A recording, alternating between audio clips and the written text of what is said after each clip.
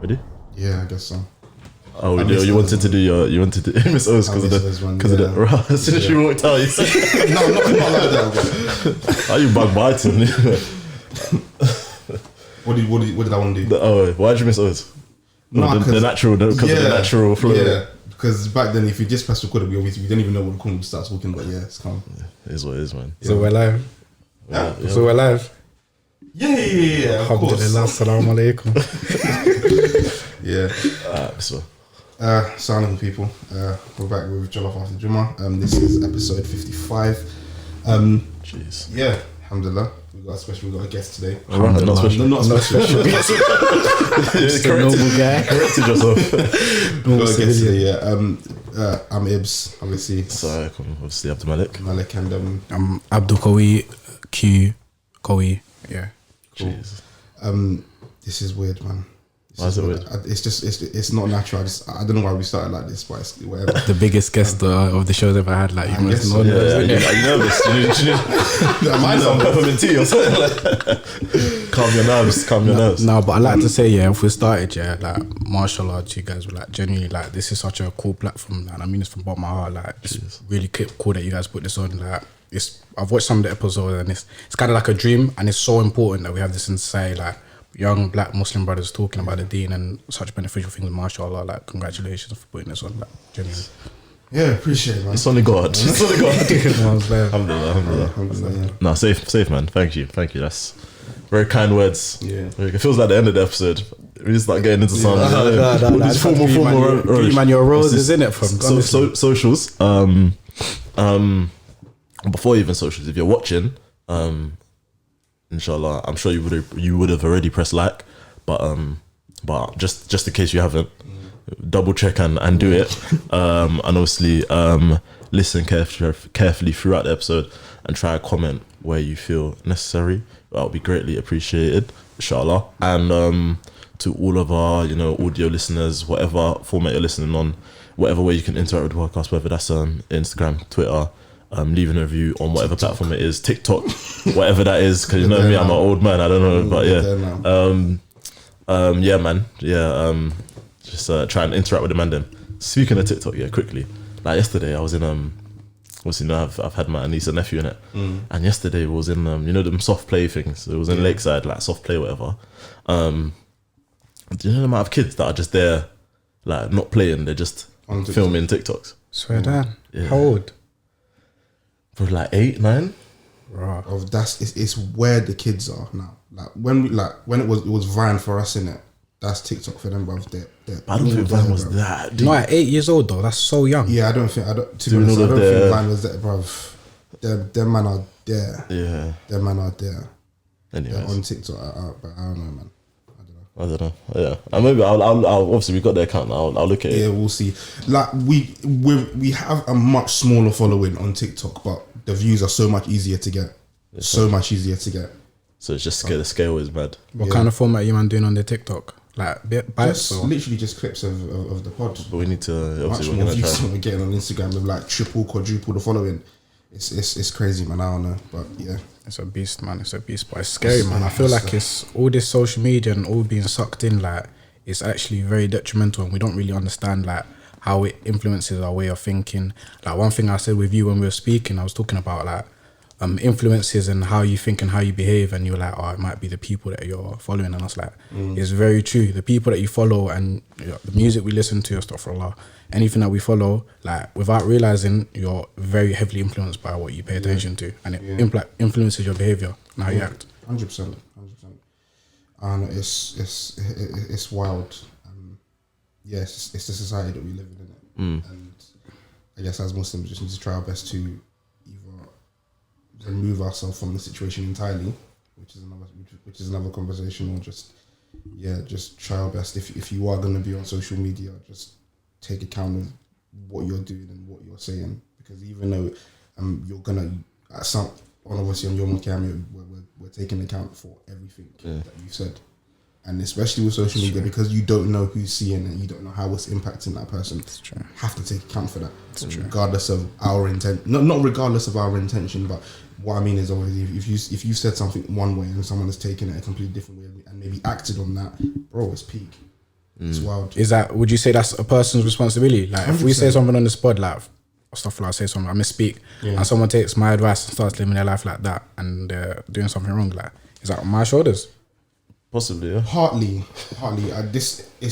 That's why it's difficult, and you just have to cover all bases, especially like I said, when we're speaking on something like a podcast. Have to cover all your bases. So like, if we're not giving you advice, There's no advice.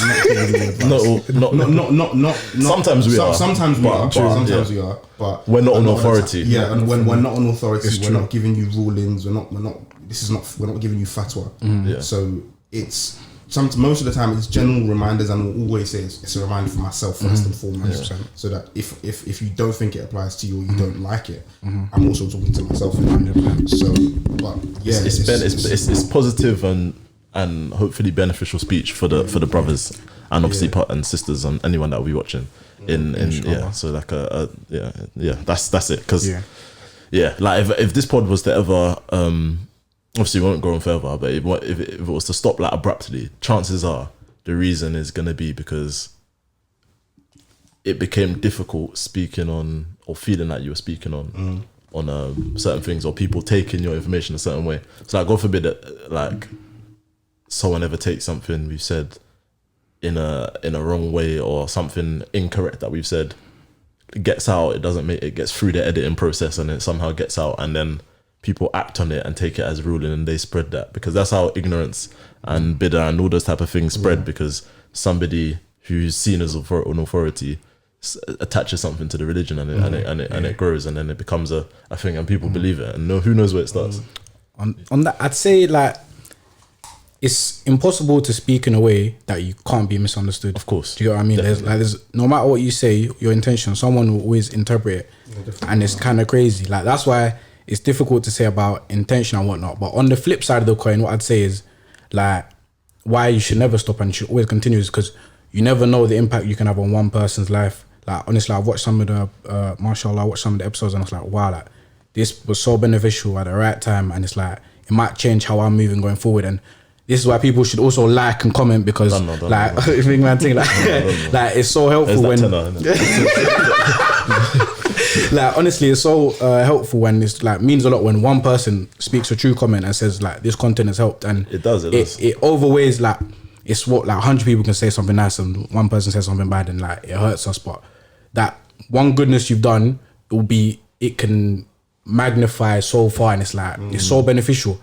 And it's like, I don't know, man, you can't really, because I've spoken online in a way and I've been misinterpreted, and it's gone mad. And I've spoken to people I know personally, and I was like, right, explain what I was saying. Like, and it's like, nah, bro, I get you, because I know who you are, I know your intention, I know how you think. Like, you weren't trying to say that, but it's like, if someone's taken that and they've offended, what can I now? Am I now the bad guy because I said something and people have taken a run with it? Like, where do I go? Have I done something wrong now? You know what I mean? Where does the line? I think this is what this. And that's why we don't talk about anything and everything. Yeah.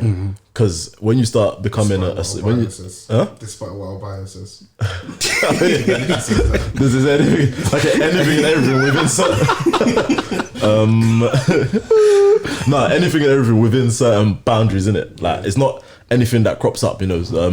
What happened in the market on Saturday, that they're talking about. We don't just come. Don't be social bring it commentators. because because that's how you make yourself some sort of an apparent authority on certain things, and people will be going to you and they'll be taking you as some sort of person to follow, and that's not what we aspire to be. I think this is why we kind of we always want people to comment, because we're always trying to have some sort of conversation with people, because I think that's the main thing, that we don't want to be misunderstood. We don't want people to take things in the wrong way. So if there's something that we've said that you don't like, bro, we're not on a different planet. You can actually speak to us and just say, like some of the other episodes where we might have been a bit more controversial than we would have liked. It's like, fam, just tell us. Like, we're not strangers. You have that sort of proximity to us. We're real people. You can drop us a message. You can comment and just say, I don't like the way that you said this, or I don't really agree with this. Can you tell me where you were coming from? Bro, we're happy to talk to anyone. And for a lot of people on those specific topics, this is probably the easiest way you're going to get a perspective, or this sort of perspective, 100%. which is often going to be, which is, I'd say we are quite broadly representative of who we are. Yeah. So in terms of, you know, black Muslims, London, or just like, so black people, I'd say we are, you know, a decent representation of, anyway, a certain type of black people, or a certain group of black people.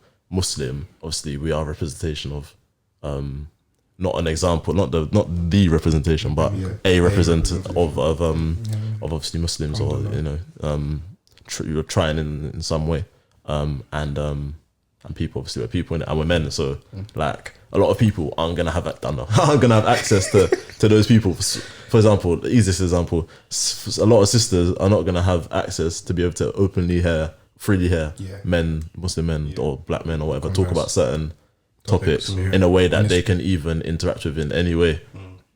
So like that is I'd say more of an opportunity. Sounds like I'm saying sisters come and interact. Obviously that's not what I'm saying. But yeah, maybe Cody's saying that. But yeah, so like so yeah, man. But on that, I'd say don't fight us in it like this. 100%. You'd say that we hope anyway that your platform is more personification of who you are, as opposed to you misspeaking one time and whatever becomes the most viral. Like if you make something and it's the most viral and you don't really attach with it, becomes who you are. yeah, you don't want that to ever be a thing. You want it to be like everything I say is just who I am, larger. And if you're living your life, inshallah, like you're trying to do more good than bad, you're trying to preach, you're trying to help people, then you'd hope that your platform does the same. And you know what I'm saying? People don't take the wrong thing and be like, oh yeah, I heard this from there. Do you get what I mean? I mean, you can't escape that, but yeah, it is what it It's is. part of the perils of, and that's why you got to stay accountable. Like Ibs was saying about asking people and blah blah blah. But anyway, enough about us. Enough about us. Tell us, you need to tell them. Tell who I am. Me, that's what I'm saying. I'm not a special guest. I'm just a normal. Listen, I'd say right now. I'd say I'm a normal guy. I'm just doing my thing. A young black Muslim. That's why I came on this podcast. I appreciate for having me, guys. I'm just a young black Muslim. I wanted to talk to the brothers about kind of the struggles of being like a young Muslim plus black Muslim in the space. I myself, I've just graduated university. I'm right now. Alhamdulillah. Graduated economics at 2-1. It's okay. My mom's happy about it, so that's all that matters, isn't it? What was, because we used to go Americas together, really. Yeah. Which one? Man. Yeah, man, bro. That's what I'm saying. I met man for. Oh, is it? I thought we were family friends. Well, yeah. Both. Because we Both. live local. Yeah. We used to all go together to America. So me, my younger brother, him, and his younger brother, we used to go together. We used to go to America. Saturday, Sunday. I don't think we were in the same class though. Nah, that's what I'm saying. We're never in the same class. We just went home together, innit? Because we lived close by, family friends. We used to go and come back from. I was probably gone them times. Yeah, you're my child. All right. That's one. But How old are you? Oh, if you don't mind. On the podcast? In this country. In this country? No, actually, I've just turned 22, innit? Okay. 22, but yeah, I'm saying. How old you? I think your first intro to obviously some of the other roles must have been through like paintball and stuff. Yeah, that's when I started meeting. I'd say on that, like, it's very, like, the man community, now that I'm older and I look back on it, and I even met someone from man the other day. He didn't even recognize me. I was mad, but I recognized him. It's like, it's such a beautiful community, and I really appreciate to my parents for like putting me in there as like young black Muslims, and we're in South London as well. I remember it. So I was surrounded by loads of people who looked like me, going through the same experience with me, and it was just normal. But then obviously after I left that, it's like, I'd say in my life, day to day, going to school, going to uni, I don't, if I've forgotten anyone, I don't think I have any friends who are black Muslims. Like, it's crazy. Like, and I'm a lot of the only black Muslims people know. And it's like, right, like, that's my experience. School, uni. I can't, if I met someone once upon a time, I forgot you, I apologize, innit? But in my circle, not black Muslim. I've got Muslim friends, but not black Muslims. You know what I'm saying? Obviously, I've got Somali friends and that. I mean like Nigerian, innit? That's what I mean. Like West Africa. Yeah, West African. My mistake. I think that's the same for me as well, actually. I've forgotten anyone, sorry, but say it. But do you know, it's mad. Every time I don't know, so every time somebody's not from man, they become they end up like someone like Ayo, for example. 100%, yeah. We draw them in, yeah. The vacuum. Outside of Nigeria, obviously I know some that are like based in Nigeria, or may have come and then gone back, or come and stayed. But and even if they stayed, they probably would have been drawn into man. Or family friends as well. Same. Yeah, apart from family, yeah. But it's mad, yeah. It's crazy because obviously there's no time where I can ever really talk to anyone about it. But it's like the experience you have as a young black Muslim, especially surrounded by not other black Muslims, is very different, because being Muslim is one thing and being black is another thing, and it's hard to kind of quantify. But like as a young black male, especially like looking at us, if we walk down the streets, people would probably not think that we're Muslim in it, unless we're wearing the thobe and everything. We're just black boys in it to the general public, and obviously that's our peers as well. But we're Muslim in our hearts as well, and the way we act. So it's like you're in more experiences or getting into like situations where it's more difficult than maybe the average Muslim is, because people don't think you're Muslim, or they just think you're black, and like be here with a man them, and it's like you're going through all these different kind of experiences. So it's a bit difficult. And when you haven't got someone else who's similar to like you, like if you had a best friend who's a black Muslim, you're like, let's just roll on our thing. But there's no one kind of on that same dynamic as you, so it's a bit different, man. It's a bit difficult sometimes. Couple things I want to say. The first thing was I told a lie. I do know and have been friends with people that are black and Muslim, but a lot of them are like literally they're Muslim by family, and that's it. Oh yeah. So there's them, man, and obviously I was mad that I forgot them, because when I'm thinking of the podcast, a lot of the time it's them kind of man that or trying to reach, or trying to talk to, or trying to draw into the thing. And secondly, I wanted to ask specifically when it comes to you know that period where obviously Markaz or madrasa, like Arabic school, whatever, you're probably being forced, like all of us were, to go in it. As much as we look back and say that I was sick, man. Obviously we were forced to be there in it. And it's far. But obviously there was a point, especially for you, man, coming from Dover and that, coming from Calais and that. So for that's a throwback, to the day ones, they'll know that one. What was I gonna say? Yeah, so in that period where you stopped going like mosque or whatever out of force, or what age was that for you? I'd say I stopped going to man probably, I'd say when I was early teens, so early secondary school. But I kept going to a mosque local to my area. But then that was just, I was the only black, we were the only black people, me and my brother. Oh, so you still did like madrasa? So I went to madrasa, but then I was now the oldest person there, and I was the only black person there as well. So not saying that like contributed to the dynamic, but it was like there wasn't any sense of camaraderie. It was like I'm going to, it was 5 to 7 as well, so it was after school. So I was like, I'm more like going in to put in a shift as opposed to I'm going somewhere. Like, man, I say times, obviously looking back, I was like, I don't know, but I was like, we used to have fun. Like we used to stay after time class finish. You know what I'm saying? Run about the mosque. Oh, that's not. You know what I'm saying, we're having fun in it. But after going, it was a bit of a. I can say as a kid looking back, and I wasn't really that appreciative of stuff for a lot. But I was like, I'm putting in a shift. I have to go here. But mine was more fun than the other mosque I continued to go to. In that period where after you stopped going, like to any sort of whatever, I think there's that dead time that a lot of people have where they finish madrasa, and I guess that's in our parents' head. Probably they're thinking, you finished.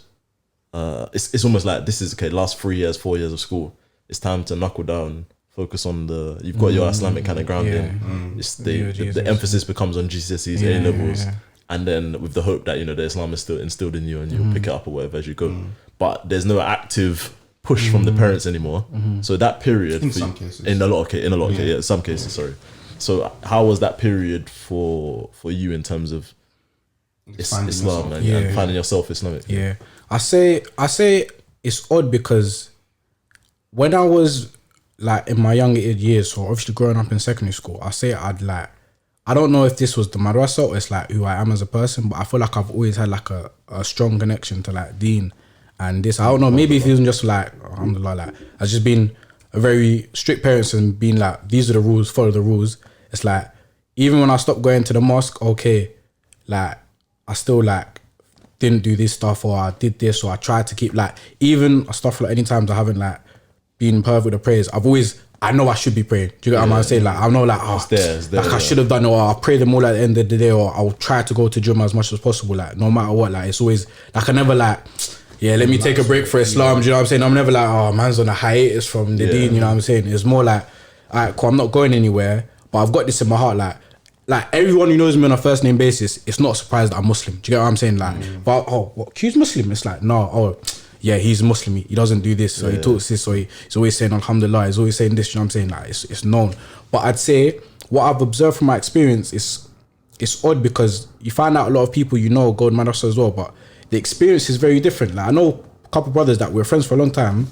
I found out they went madrasa as well. Like, right, like, I didn't know. Like, you seem like you do not care about any of this stuff going on. Like, I didn't know. So it's like, I don't know if it's the grounding, who you are, your parents or whatever, but I think no matter what, it's in my heart. Like, I've got like, there's always getting better. Like, you want to learn the Quran more, you want to know about the teachings, you want to know about the Sunnah, but that, I hope it's experience, it's instilled in me, and it's like, I'm always going to have that connection no matter where it's active or not. Do you get what I mean? I'd say that's pretty much similar for me. I think when it comes, my observation, this could be wrong, when it comes to them situations where, like I know people as well that I'm like, you went to madrasa, or we were even there at the same time, like what? And then for a lot of them times, it's because I feel like you will kind of see it. This is, I don't want to come across judgmental anyway, but like you'll see it, like sports day, or like when they do the parents' evening or whatever. I feel like you can see the people who are coming from Islamic households, and you can see the people that are coming from Muslim households where more like a culture. It's like, we send our kids to Americas because of course we send our kids, like it's what we do. But apart from that, like dropping them to the door, there's no like Islam in their household at all. It's like you drop them to the door because if I didn't send my kid to Americas, then this auntie, my sister would be, oh, what do you mean? Or maybe even someone said, oh, so he's 4 now, we'll only be going to Americas, and that's what we do, isn't it? Then we send them there, and you can tell, like, obviously, you think you can tell. I think sometimes it may come across through the parents how there's just no Islamic kind of which is it's just sad. What do you think I think that's where the kids are more likely to.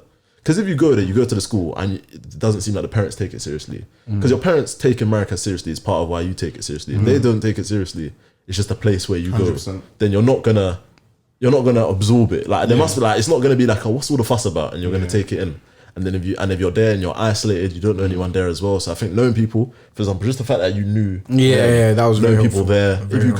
If you just went to that, for example, the Asian masjid, just only that, it might have been different because you might not have I would have felt like an outsider, honestly. And it might not have resonated, and so it's all about I think parents play a big such a major part. So even just that sending their kids to Americas, they found the reward that they could be getting for that, because God bless our parents. Because if they don't, like, if they're just nothing, it's very difficult to. Islam is not in this country. It's not an easy religion to still instill in the child passively. You have to actively do something. Anyway, I think you was gonna say. No, I wasn't. Actually, I was. I guess one thing I kind of wanted to ask you, because I think obviously you have a YouTube channel. I got a YouTube channel. I think from that I can kind of obviously, because I know you personally, but obviously through your YouTube channels, I know that you come across as someone that you're extremely self-reflective. Say that. Thinking about 100%. Like I obviously, I said me knowing you personally. And my wife said as well, because she looks at your YouTube as well. Swear down, people are watching that. It only exists in my head. I promise you. Go ahead. Careful. I know you being into things like financial freedom. And stuff like that. So I guess just talk on that and tell us where that comes from. Okay. Obviously, I believe anybody can do anything they put their mind to, innit? And I believe the best way to live everybody's life is you should be living your life in a way that if you knew you couldn't fail, what would you do? And set up your life in that way. So I think 24 hours. Bro, that's it. Is it? 24 hours. Nah, bro. But do you know what it is? I've got a video coming up on that in a couple of days, but it's like, I say, if you're watching this anyway, you're in the first world, like, we've got a very unique opportunity. Like, before we even record, I was saying, like, right, like, this is the only time in society that we can all sit here now, put microphones, record it, put up to the internet. People you don't know are gonna watch it. That's crazy. That's mind blowing. We don't even understand the network effects of that. Like, you know, probably in your life, you know 1,000 people, you know 1,000 people, I'll know 1,000 people. Those 1,000 people know 1,000 people. Between us, that's 3 million people. Like 1,000 times 1,000. Like we're only 1-2 steps away from anywhere in the world. Like the degrees of separation. Yeah, it's actually 7. It's actually 7. But I can't lie. Being in London, being young, black, being connected. Like we're only 1 or 2 people. Like the internet is very, very, very powerful. But on the financial freedom, I just believe we're not living in that kind of day and age where you need to go to. Obviously, I went to uni. I'll say this now, but I believe this, and I'm always arguing with my uncles and mum. But like, I don't think we need to live in this generation where you need to go study, get a degree, focus, and stay in this career for 30 years and do that. Like 100%. We're living in this podcast, inshallah, God willing. Like, bro, in a couple years' time, bro, this could be bread and butter. You man could be having TV shows. You could be in New York doing the mad thing. Like, you know what I'm saying? Like, bro, it's limitless. It's limitless. Yeah, so no, it's true. Find your passion. Find something you really care about. That's what I'm doing on YouTube. Like my YouTube, I'm doing it now. It's more of a passion project and side project. Every now and then, like I said with the comments, like people message me, random people I don't know, like 16, 17, 18 year olds, like, bro, like it's inspiration. You're helping me think bigger. Like I think I can do more than I thought I could. It's like, bro, like I'm just talking about my life and it's helping other people. Alright, cool, I'll do it then. It doesn't have to make money. It doesn't have to do this.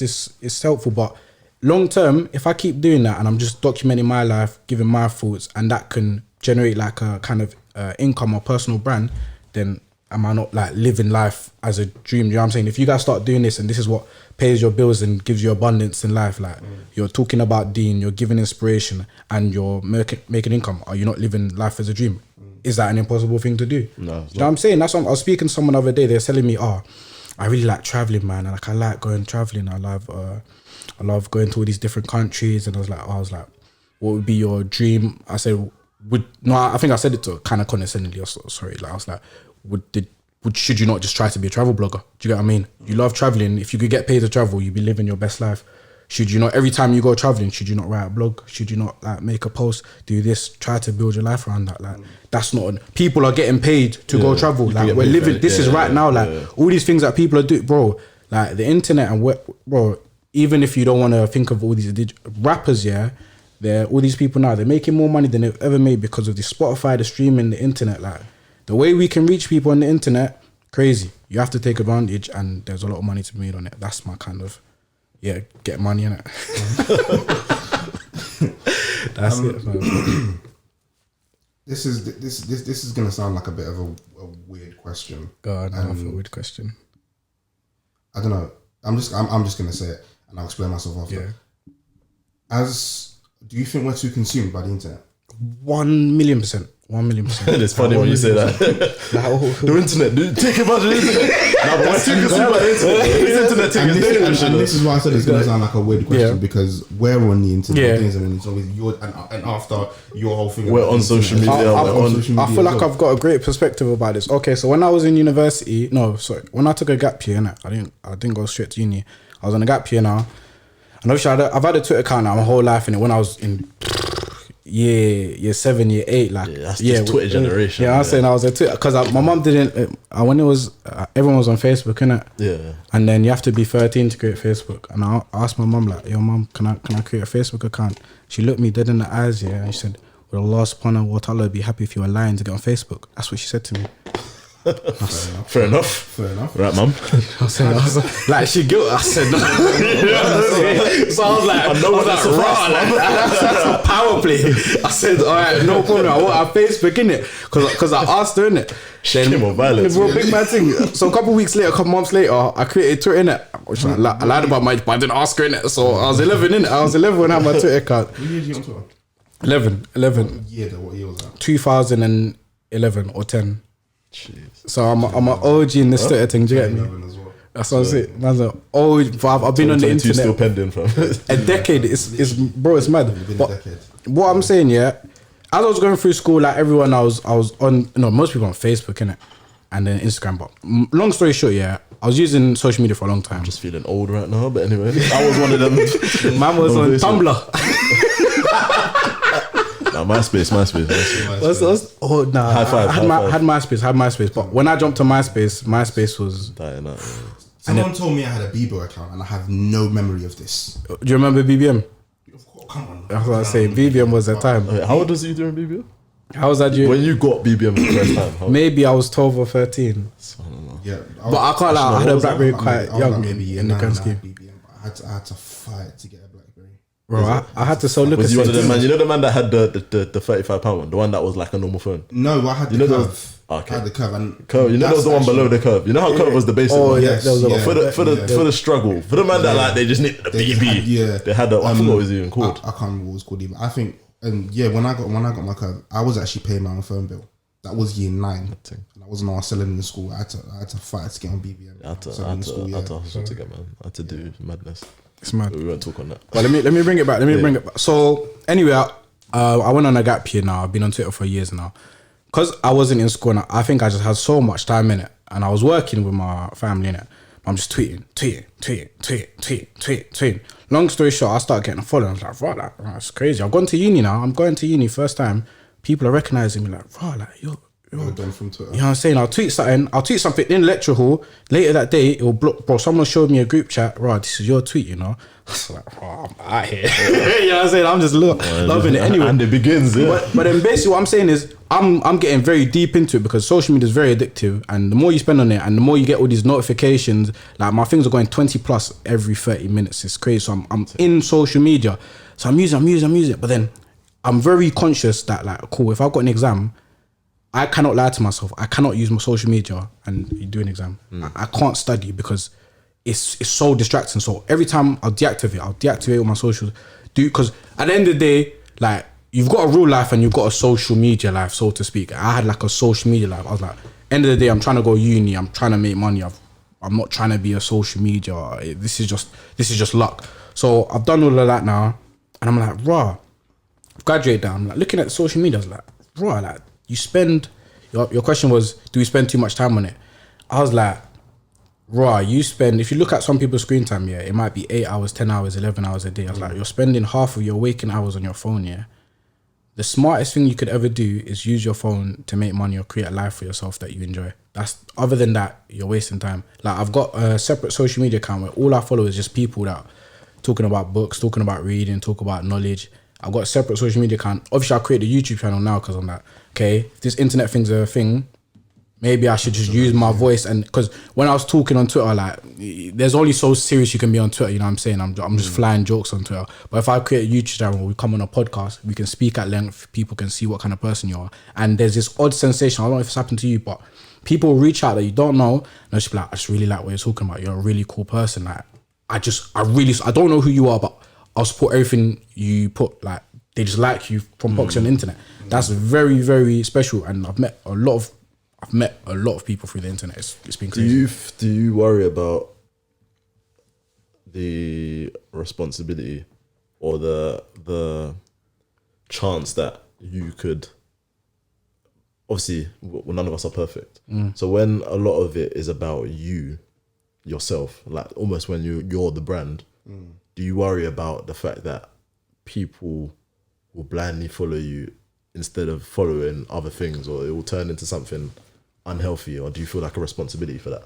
Yeah, I'm very, obviously, because like I'm saying, I'm Muslim innit, and like I'm living my life. At the end of the day, I'm always going to be Muslim, so I'm very, very conscious of inshallah, I'm very conscious of what I say and what I do, like offline and online. Like, even if I'm in a room, like, if people are having some conversation, it's a bit, maybe I don't really want to be involved. Or even if I'm saying something, like, I'm not, as I said, I'm not perfect. Yeah, like, I live my own life, I do, and I just talk about my life. So sometimes I'll say something, I'm about to say something, I'm like, right, like, if like an act saw this, like, what would they say cute? Like, oh no, just delete, I won't tweet it. Or like, even because I tweet freely, so I might be tweeting, like, I was driving here, I was stuff like, I'm sorry, I was a bit late in it. I was driving the motorway, I was doing, like, I was blowing. I'm gonna have to bleep this.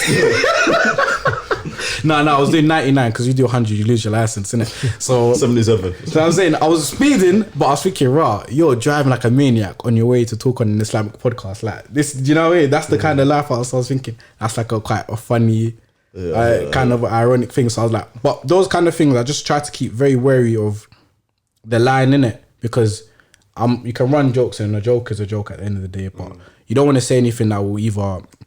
And I've got a lot of Muslims that follow me because I tweet a lot of like Islam every now and then, not like preaching, but if I see something, like I saw a dua that says read this 7 times like every day, and like Allah will grant you everything. So, bro, if I see that, I'll share it with everybody. You know what I mean? See something that said, make sure the sources are make sure the source is authentic. Hopefully, that's enough. I'm Muslim pro in it. Or if I see something, I'll say, fair enough. Read Ayatul Kursi will protect you for the rest of the day. If I see that and they tell me I'll screenshot, I'll put it like, bro, see that. So obviously people know I'm Muslim, but it's mad. Like one time I had like a flipping stalk on social media, so that was a mad thing. So I realized this is odd. Yeah, because for me that's the like for me, like I feel like I'd never have been, let's say like Judge for example was to be, you know, mad. And Inshallah, like, and it's got, you know, million like subscribers. I mean. For me, my reaction to that would be almost like, cool, that's good. Yeah, it's also very scary. It's mad scary, and it would almost be if Judge is on a million, or when Judge is on a million, that's it. Then for me it's like, boy, the what's the word? The filtering every time as it grows, the filtering process needs to become more and more stringent. Because for me, and it's not that you disassociate yourself with it, but it needs to be the emphasis on Jollof after Jummah is what people need to be here for. Yeah, not the Abdul Malik and Ibs experience. Because for me, that is a pressure. Because I don't want. I can't have it on their job. But why didn't you pray yourself up? Because I was too caught up watching Abdul Malik and Ibs. Because that means that we're probably, or to me, I'd see it as, and it might not even be my fault, but I would see it because it could be a deficiency in that person. But for me, it's like that fear that whatever I'm doing is not enough to make you think that there's better things that you can be doing than watching Judge, or there's that if you're going to be consuming Judge, you know what I mean, it's got to be part of a healthy balanced diet. Do you know what I mean? It can't be your life because that is that is not, so as Muslims obviously what we need to be telling people to do, like we act on it and we call people to it, is that Allah, there's no deity worthy for worship and truth except Allah, and Prophet Muhammad sallallahu alaihi wasallam is the messenger who we must follow. So you must follow, not me. So if I'm doing something that is making you see me or hold me personally up to a standard where it's like, this is what I need to follow. I need to go to that. I wake up in the morning, I want to check what Ibs is doing, I want to check what Q's doing, I want to check what Abdul Malik's doing. And that is my drive, then I'd say that even if it's not your fault, the onus is on me or Ibs or Q to prevent that from happening. So to tell people to re-emphasize that message, because it's dangerous, man. Yeah, that's the thing. Yeah, with social media, I think especially over the last, I'd say maybe 5 or 6 years, I think not necessarily my proximity to social media because I've always been on it, but I guess kind of like, I don't know how to say it, but basically I've like, because like every Ramadan I'm off social for the entire month, not because, and I guess a lot of people might see that and think, oh, you're off social media because you know what you're doing is wrong, you're leaving something that's wrong, you're going back. So after the numbers don't lie, like you said, the screen time don't lie. It's not even that. It's not even that I know I'm doing something wrong on social media. It's just that time I'm spending is exactly, that's not the best use of my time, so I'm off it completely. 100%. And over like every month, that's why we didn't make Judge. Exactly. It's not that we think Judge is bad for you in Ramadan. It's just that there's 100% better use of our time and better things that you could be doing. Yeah. So I just think, however, you know, every year that I do that, I just feel like I'm always filtering my process, and it's like every year I come back to social media after Ramadan, I'm different. Yeah. So like I think the biggest change was like maybe 5 or 6 years ago when I must have come back and I was looking through my own Twitter and I was like, this is nonsense. Even if I'm not the one talking, even if I'm not the one tweeting it, the stuff I'm reading, nonsense. I know that feeling very well. Absolute nonsense. Yeah. So if you go and look at my Twitter now, if I'm talking myself and I'm reading, it's mainly going to be about football. Yeah. Like I'll still look at stuff and I'll laugh at it, but it's not every time I need to press the retweet button. Yeah. It's not every single time I need to press the like button. Especially because even if you're not the one tweeting that, if you're the one spreading that and someone is seeing that because you've because we did a the last summer camp we did anyway. Do you remember? I don't know if you was there, but the workshop that we did with about the different social media profiles. Yeah, I was. And essentially. And it's mad because you're running the session, but it's a reminder for yourself first and foremost, and that's why it's always important to remember. Whenever you're talking about something, deep in yourself as well, because like it's like I think the message was essentially, if you think about social media and real life, we're at a stage now where social media, the lines between social media and real life have blurred so much that social media accounts for a lot of people's more of their real life. Exactly. The fact that you're on Instagram, if you're on Instagram looking at Instagram for 8 hours, then basically your life is on Instagram, or half of your awake life, like you said, is on Instagram. Like, and I think so. Sorry to cut you off, but I think whereas we're part of that more older generation, so we still kind of know that this place is not real. This place doesn't really exist. Growing up with it, it seeped into this younger generation. I was talking to I don't want to say man's name, but I was talking to basically one of the man them who's a teacher in a primary school, and he sees it firsthand how with these lot, social media in real life is one of the same. These men are bringing beef that's on social media into school, and they're fighting because of something that's happened on social media. They can fight without even ever meeting each other. Exactly. You hate someone you've never even met. It's mad. It's wild. And it's like what you said with the 8-year-olds on TikTok. Like when you're 8 years old and you're sticking to this, and I'm gonna link it because even our age mates, the younger generation, I'm worried. Like I'm not even joking. Like I speak to my younger siblings. It's like I don't know if you've ever met someone in real life, but the way they speak and the way they talk is their Twitter or Instagram explore page. Do you get what I mean? Like they're speaking in memes. They're just using jokes, and it's like, right, you don't have a personality. Everything you've consumed on the internet, you've just taken it. This is all the memes and clips. You're just using buzz phrases from the internet. I was like, oh, like you're not a person. You haven't got substance. You've consumed all this stuff and you're just regurgitating. And it's very young. I see it with my younger siblings sometimes. They might say something from the internet. I'm like, I don't even know where you saw this, but it's so like, you know how the landscape of social media is like. I say I can't like Instagram's become very politicized if you pay attention, like you know what I'm saying. Some of these views, I see one of my young siblings say, I was like, I can't like stop getting your views from the internet. Do you know what I'm saying? Like be an independent thing, and that's why I'm always big on disconnecting. Like you see how you come off for Ramadan, I like to very frequently just come off for a couple weeks, and it's just like when you're off social media, no Snapchat, no Instagram, no nothing. You can't, except for the people you've got on your phone contacts. You kind of start to see who you really are. Like you've got your thoughts now, because when you're plugged into these social media apps, not even YouTube, but you're watching these people. Like right now, you're just regurgitating other people's opinions. You're listening to us right now, where you're hearing our thoughts. Like whether you like it or not, like you're gonna ruminate on some of the things we've said in your head. But if you disconnect from everything for a couple of weeks, then you start to hear your thoughts, and depending on what kind of person you are, if you're in a good mental space, then you start focus on your goals. Maybe start reading Quran more. Maybe start praying more. You're like, do you know what? I haven't been praying, I've been listening to too much music. That's an important point. This is something that my older brother actually mentioned to me as well. One of the reasons he stopped listening to podcasts, he was telling me that he got to a stage where he kind of found that when something was going on in the world, he was going to find out the opinions of these other people rather than thinking about it himself. So it's important that you think about life through a scope of if you listen to too much podcasts, for example, or like podcasts especially, except this one. I'm talking about your general, like that lifestyle kind of stuff. It will make you think, for example, that men and women are just at war.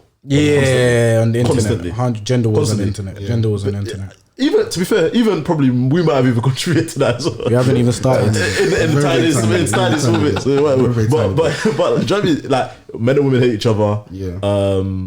Certain topics are so important, like paying on a first date, for example, that it must be spoken about fortnightly, literally on a cycle. The same conversation over past 10 years. And it comes to a point where literally I think I think everyone on this podcast, I think that happens to them. They get saturated. They get like a point where they're just saturated, and they need to just squeeze out all of the other people's thoughts from their head, because it's too much, man.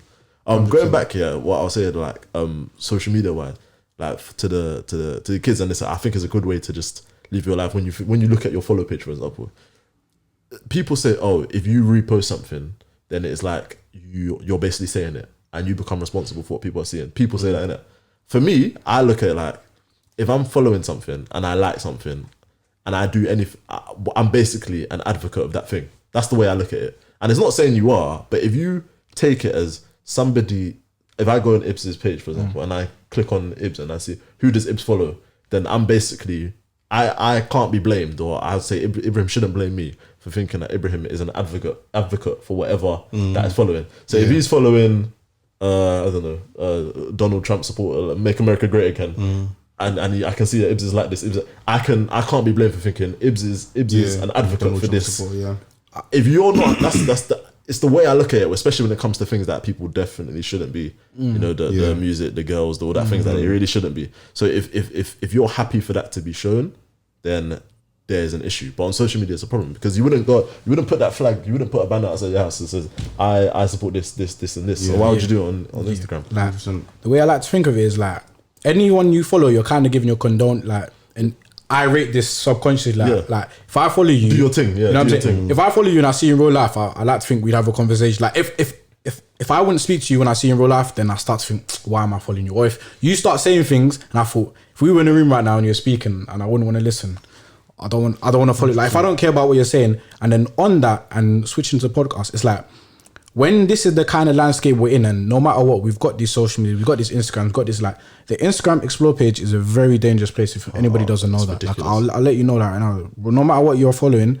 bro, it's just you click one thing, then it sees you like that. Bro, even on the Jollof after Jummah Instagram Explore page, you'll see nonsense. Bro, it's all we follow is that is. That's all we follow, and local our friends' businesses, and then that's all we follow. Bro, but still, what does that show about? The algorithm is intelligent. I'm telling you, I'm telling you, it's on a mission. I'm sure the algorithm probably knows the difference between if I'm looking at the same account from my phone, or even misses, it will know. But what I say is when we're living in this space, when we're living in this space, and it's like, okay, like, you can't really tell, and just disconnect from the internet. Like, this is why I say this podcast is so helpful, because you can pick and choose the kind of people, like, okay, I like what these people are saying. They're kind of speaking where either I like what they're saying, or where they're at, I want to be like, or they're in that right. I'm going to follow these guys. I'm going to tune into these. Okay, I like my man. He talks about, he's in a position where I want to be in like 5 years. Like, he seems like he's doing business thing. Oh, I'm going to follow him. Okay, maybe you see, like, you have a chick on Instagram, like you went to school together, but now she's just posting madness. Like, you know what I'm saying? Maybe you think, do you know what? I don't really want to chat to this chick. I don't want to see what she's posting. You know what I mean? That's an important stage. If you're not going to unfollow because you don't want to offend anyone, I've got 80% of the people I follow muted just because I don't want someone to, oh, what Q, you think you're different now because you're doing this. I just mute people. So I follow you, and it's like, cool, we're friends in it. Like, we went to school together, but I don't want to see anything you post. So I mute you. Your story's muted. I can't see what you're doing. You know what I'm saying? I like that. Tune into what you want to see and disconnect from what you don't want to be like, because inevitably you get closer to what you pay attention to. Yeah, I like that muting people. Maybe it's a function I need to use a bit more. Facts. But you said you were going to say something. No, I was gonna move it a bit on. Yeah, I was thinking so. Okay, cool. Obviously there was a couple things. There was a headline topic. Yeah, that was in the group chat that was posted. Something you brought up. Bro. If you want me to introduce, I introduce it. Go ahead. Bismillah. So actually, when I sent you the message in it, and I read it, like, you sent me after a week, I was like, right, this is very articulated. If I didn't say this, I would think this is mad. But basically, what I'm kind of been thinking on is, there's multiple topics on it, but it's like, obviously, I don't want to offend anybody, but everybody kind of knows, like, if you're looking to marry someone or be someone long term, even with the non-Muslims, it's like the partner you want to have, ideally you want them to be with the least amount of people before you. Do you get what I mean? Like, of course, yeah. If you want a girlfriend or you want a wife, like, you don't have to sugarcoat it, bro. You know what I'm saying? You don't want your wife to have, like, judge now. You don't have to, you're not in other places. Bro, okay, I'll even give you a perfect example. I was playing football with a couple guys on Sunday. Yeah, I told them that, I can't lie, like, on a bro thing, man, I think I'm looking to get married. And they said, oh, what are you looking for in your wife, bro? I said, I don't really want her to be active on social media, and I want her to, like, have no previous boyfriend or partners, everyone started laughing. Like these men were laughing. Like every man at the table was laughing. And I was like, bro, that's just two. I ain't even done that. You know, so she has to have education. Wait, why they laugh? Why they laughing? Like, I want to hear it. I want it to be said. Why they I say she's got to be a 9 or a 10 as well. I say she's got to be a 9 or a 10. Not active on social. Like she can have a social media account, but like I don't want to be with a woman who's just like she's on Instagram or Twitter and she's posting pictures every week going like viral, so to speak, or you know what I'm saying, even if she's attractive, because like man, them don't really understand this and no one really says it, but okay, look, if you've got a girlfriend, you've got a wife, why is she posting pictures on social media for attention? Like who's she posting them for? You're here at home, like, and you're posting pictures every week. Like who's she looking for attention for? Exactly. You know what I'm saying? Send the pictures to you. The world is tapped. That's what I'm saying. And I'll tell some, like I've spoken with people. I know people that have had partners that have been mad viral on social media. I know people that have had partners that like, I mean, no social media. It's like, bro, when your person is for you, and that's it. They're not looking for attention on the internet, because at the end of the day, bro, I look at this as a phone in my pocket, bro. Like this is not my real life. Like I use it, but if you're trying to get attention, you're trying to get validation from strangers, people who don't know you. That is very, very odd, and there's some kind of insecurity there that people really need to address. If you're single and whatever, and you're looking for something cool, but if you're in a relationship, I think that's. No, I'm not gonna. There's at the end of the day, obviously, it's a Western platform, so I'll speak freely in it. You might let me know. Like for it is natural for men that that protective jealousy is something that is natural for men. It's not. It's natural. It's encouraged, and it's even natural for women as well. Yeah. Protective jealousy or not wild jealousy. Yeah, protective jealousy. And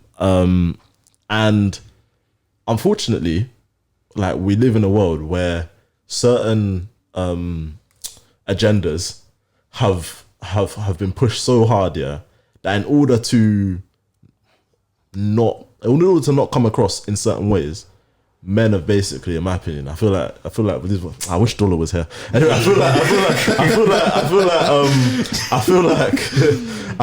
like I'm not gonna do as good a job with him as him like you would do.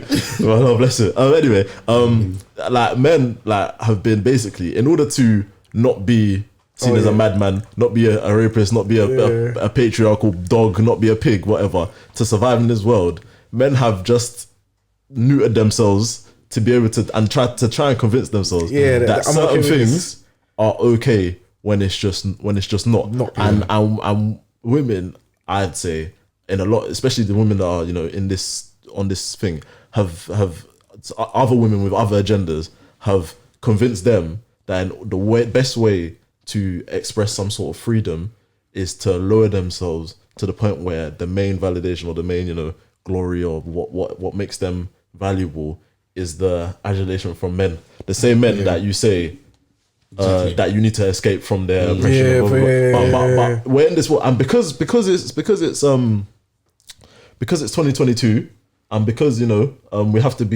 we can't be dogs and we can't be abusers and whatever, blah blah blah. We're meant to say no. I want this. It's fine if the woman does this, and I can't openly say that this is nonsense and my woman should be for me and I should be for my woman, because that makes me some sort of madman. I don't, a misogynist. But apparently, like, I guess us sitting here, man, need to do better. I guess us sitting here as Muslims, this makes a lot of sense. Yeah. It's completely normal. But I guess for any non-Muslims that are watching, I guess I don't know. I guess if you're maybe turning your eyes at this or you're raising eyebrows at this and it looks a bit wild, I would understand, because maybe we're just not, and not even in a condescending way, but I just guess the way we think is probably just different. Well, I can explain it to make sense though. I guess so. I guess the way we probably think is just a bit different. But I would just say, I don't think, if you're thinking about it, it's not a wild thing to think that you would want your partner to be for you and for you to be for your partner. Yeah. Does that make sense? So fam, like no. Yes, I'm just kind of no man. Self-respecting that has not. Yeah, self-respecting man that has not been battered by social media narrative. That is normal, or that is with the senses, the good senses that he was born should with. Laugh at what you said. Should disagree or would have these thoughts. It literally only comes from the modern society and modern pressures to fit in a certain. There's a lot of people. Sorry, I know you want to speak. So there's a lot of people saying things that they do not believe, like they do not believe, purely for conformity, like purely. Fam. That's exactly what I was gonna get onto. I've seen this thing on social media, and over time it gets worse, innit? And you can see, if you're very, very attentive to social media, you can look at this for a variety of issues, innit? But like you were saying with Woody's, who pays on the first date topic? Someone will say something, and then this is the worst case scenario. A man will say something like, you don't want 1,000 people liking your girl's picture? That sounds like insecurity to me. And then all the girls will be in the man saying like, yes, king. Like that man is a scumbag. You sold your soul. Like you've actually sold your soul for validation from internet strangers you don't know. Like you're on the internet saying, I don't care if 1,000 man are like licking them up and go. Or one thing that this is my like. When girls go out wearing like basically next to nothing, and then like I can't that is not pattern to me, innit? Like I can't like you know what I'm saying? You can't go outside like wearing nothing, and you know what I'm saying? You're saying, oh no, it's okay, she's my girl, but why do you want it or feel comfortable with the fact that multiple stranger men will just be gawking at your woman? Like why is that something it's a specific character trait? The Prophet Muhammad sallallahu alaihi wasallam said that this is a characteristic of people that they'll be in the hellfire. Like do you know? Have you heard of the term dayuf? Is that like cuckolding? Yeah, exactly. So the people that essentially are happy for their woman to be out here, and it's something that they push. That is a shocking characteristic, because literally you're going against the internal nature that you were born with, and like I said, that thing that men and women should have over their spouses, especially, should have it in all cases, but for their spouses specifically, because like. There's honor in these things. There's honor in the reason why men and women have their aura. The reason why the believers higher shyness is from the characteristics of the believers is because there's honor in these things. And obviously what's the signs of the day of judgment? Women that will be naked, that will be clothed but naked. That these things are bad things that are a sign of corruption and transgression in the people, and it's because people are, at the end of the day. Especially people that are anti kind of Islamic, or people whose views directly disassociate themselves with Islam. They will do madnesses. They will just do mad things to make you try and think that what you're thinking is wrong. I want to normalize what you just said. Someone will call you insecure for that. Because there's a whole matrix and there's a whole matrix designed to push certain things. So as much as we say social media and etc., there are, not in all cases, as much as we are here on YouTube able to record this and put it out and people can listen, and there's freedom in that, there's also, like you said, algorithms that are pushing. So this whole freedom of speech, the internet is just a free marketplace. It's a lie. It's a myth. People believe it because the fact that anyone can go on and say anything. But there's a reason that I could say certain things. I could come out and say, question marks should be allowed, and they and them and he and that should all be fine, and that is going to be more progressive. It's going to spread, and it's going to be more of a supportive. There's a reason. There's a reason on that. Do you think that's like, this might be a bit out there, but you see this, like, our best way to say it, like matrix and algorithms that like purport these social, like, it's like in music they call it industry plants, so that people that put a certain message that spreads so people follow this. Would you say like this is like our modern day shaitan in the 21st century? 100%. There's no means that the shaitan want access to propagate his message and to achieve his goal of taking as many people off the correct right path as possible. There's no means that they will not do. So literally the shaitan could be in anything. And acting through anything, through any means possible. And as humans, like especially as Muslims, there's no reasons why Muslims shouldn't be on guard to this. We need to be fearful. Taqwa, you need to be fearful, not just of Allah, but of shaitan. Because I think this is something that we've been mentioning recently as well. Like the amount of experience, I like that shaitan has over us. Like sometimes we think that we can outsmart or we can avoid the shaitan, but shaitan has been doing this with people that are much better than us. Like literally has ummas of experience over us. So like it's not even, it might not even be the shaitan. We'll be sending one of these young boys after you who's got more than enough experience to deal with us compared to the types of people that the shaitan was dealing with that came before us was so much. So like, we need to be fearful, and then we need to just always seek refuge. Because regardless of our station in life, we just always need to, because you never know. But you keep going. On that, I'd say that point as well. I feel like, obviously I'm biased because this is the only time I've ever been alive, you know what I'm saying? But I feel like in this... I hope so. Yeah, that's what I'm saying. But like in this 21st century, in this 2022 now, alhamdulillah, in the new year, it's like, I feel like this is the most, what's it called? Temptation and distraction ever. Like, we're talking about like the Instagram, the fact that we can just say Instagram Explore page, I feel like everyone knows. And then even... obviously going out, like, it's kind of odd because obviously the way we live, and if we were Muslim countries, we believe like obviously women should be like dressed modest and that, but it's like not wearing the complete opposite, wearing like, if you want to wear something that just covers your chest and just covers your essentially, that is not like a wild thing. Do you know what I'm saying? Like the lines have just been, the standards are just on the floor nowadays. I think the funniest thing as well, and then even, you know, say a place where it's probably the maddest is the gym, innit? Like obviously we go to the gym. I hope everyone's going to the gym. Everyone go to the gym. You know what I'm saying? Trying to keep good. Like obviously, like there's all these, you know what I'm saying, these gym clothes that are tight, sticking, all of this for men and for women, innit? So that's all mad. And basically, it's kind of funny because people might say this and like, oh, you're being all this, or why are you looking at people like it's people want to pretend like we don't see these things. Do you know what I'm saying?